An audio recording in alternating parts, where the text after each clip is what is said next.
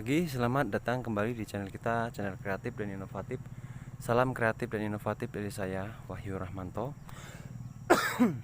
Nah, untuk per pagi ini ya teman-teman, kita ada problem ini di PC 400 strip 8. Ini ada problem track carry yang lemah. Nah, tapi kita udah lakukan troubleshooting tadi untuk kita pastikan untuk tekanan pompa atau pressure P1 dan P2 nya kita coba tadi untuk relief ya, kita cek satu-satu. Kita lock track ya, kita lakukan hidrolik relief untuk track kanan dan track kiri.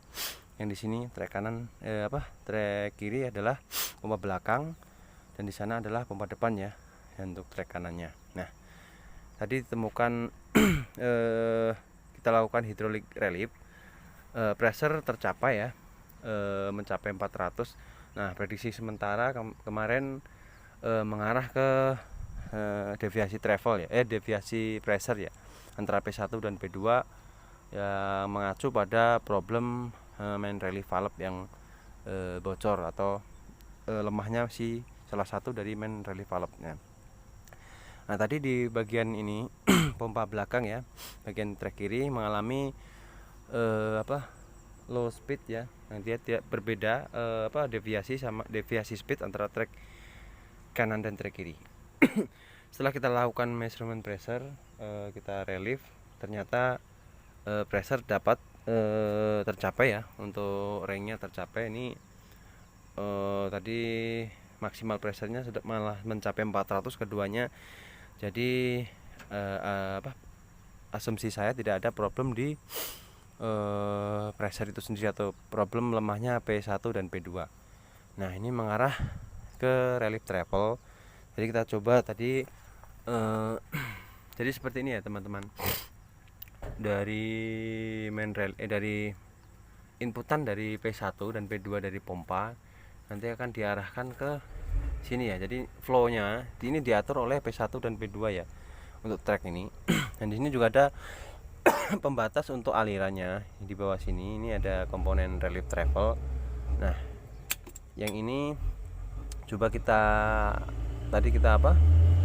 adjust ya, kita setel, tidak ada perubahan. Jadi ini kan membatasi si flow yang ada dari pompa ya, yang menuju sini ini sama ya keduanya ya, tapi mempunyai pembatas masing-masing antara travel kiri dan travel kanan, mempunyai relief travel masing-masing. Setelah kita coba lakukan adjustment di sini, tidak ada berpengaruh pada kerja dari travel motor ini, laju speed dari travel ini. Nah, kemudian kita coba lakukan troubleshooting lagi. Kita mengarah ke main pump. Dan dari main pump di sini ada komponen yang bernama LS valve ya, yang itu mengatur speed dari beberapa ini. Intinya kita cara mengetahui dengan cepat ya. Ketika saya hanya membahas ini saja, ketika tidak ada terjadi deviasi pressure antara P1 dan P2 ya, maka langkah ininya kita lebih cepatnya kita coba untuk mengecek si LS valve yang ada di main pump ya. Itu ada dua, di rear pump dan front pump. Nah, di situ ya seperti ini komponennya. Maaf, saya naik dulu ya. Nah, seperti ini komponennya. Ini ada di bagian sini ya. Nah, ada dua nih, di bagian sini sama bagian sini ya. Ini nggak kelihatan teman-teman ya. Campur oli. Jadi di sini mengalami problem low atau kebocoran di sistem atau internal leak dari sistem si LS valve ini ya. Oke, ya turun saja. Nah, gimana cara mengetahuinya atau jadi simpel gini aja teman-teman. Sebelum kita lakukan adjustment pada si LS valve ya, kita coba saja tukar untuk P1 dan P2 nya ya, untuk LS valve nya ya, yang di belakang tadi. Nah, nanti apabila problemnya bisa terbalik ya, jadi tadi kan yang melemah adalah yang ini yang melemah ya. untuk trek kanannya. Ketika itu ditukar, maka dia berubah. Apabila dia berubah ke kiri yang lemah dan sini yang jadinya intinya berubah ya untuk problemnya, maka bisa dipastikan problemnya ada di si LS Palop. Nah, itu bisa di-adjust teman-teman. Kita bisa adjust ke 45 derajat dan 90 derajat dan seterusnya untuk menaikkan si pressure dari LS tersebut.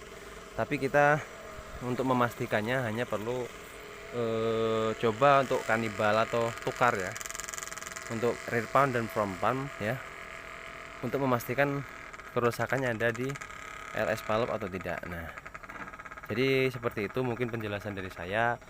Jadi untuk pertamanya kita harus lakukan PPM dulu, kita cek pressure ya, untuk kita relief travel. Yang pertama kita relief travel kanan dan kiri, kita pastikan tidak ada deviasi pressure antara front pump dan rear pumpnya atau P1 dan P2. Setelah itu tidak ada, nah, jadi ada prediksi seperti ini sih. Jadi kemungkinan ada terjadi di kelemahan di motor travel 1, atau melemahnya relief travel yang di bawah tadi yang saya tunjuk tadi, yang ini. Ya, yang ini ya.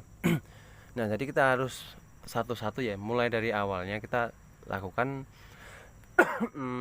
measurement pressure ya. Kita pastikan keduanya tidak ada deviasi. Kalau ada deviasi berarti problemnya di main relief valve yang ada di kontrol valve. Kalau tidak ada deviasi atau pressure sama ketika relief ya, maka bisa kita telusuri lagi di ini relief travel ini, kita adjust dulu ya. Kalau kita putar 45 derajat tidak ada perubahan sama sekali ya, berarti kemungkinan besar nanti dulu kita belum ke motor travel ya, kita masih ke LS Palop, punya LS Palop yang di main pump, kita tukar.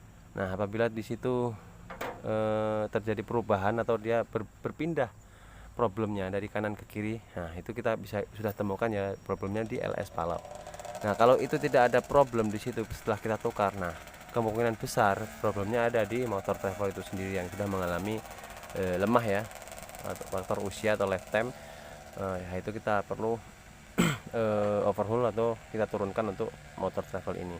Nah, tapi ini sudah kita temukan problemnya di LS Palop yang ada di main pump ini. Nah, situ. Oke teman-teman, mudah-mudahan bermanfaat untuk per pagi ini. Sekian dulu dari saya. Assalamualaikum warahmatullahi wabarakatuh dan semangat pagi.